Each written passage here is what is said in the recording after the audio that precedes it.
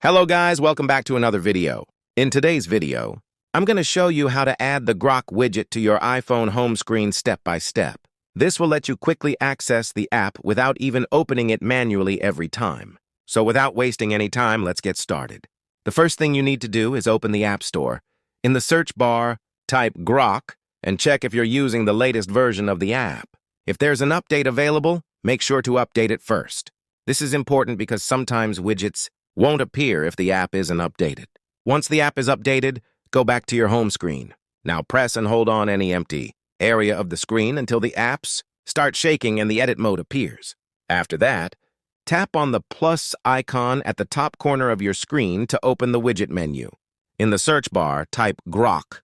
When the Grok widget appears, tap on it to see the available widget sizes.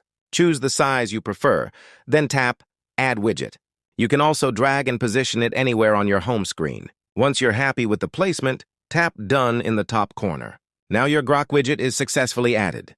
Whenever you tap on the widget, it will directly open the app, giving you quick and easy access. So that's it for this video. I hope this tutorial helped you. Don't forget to like, share, and subscribe for more simple and helpful tech videos.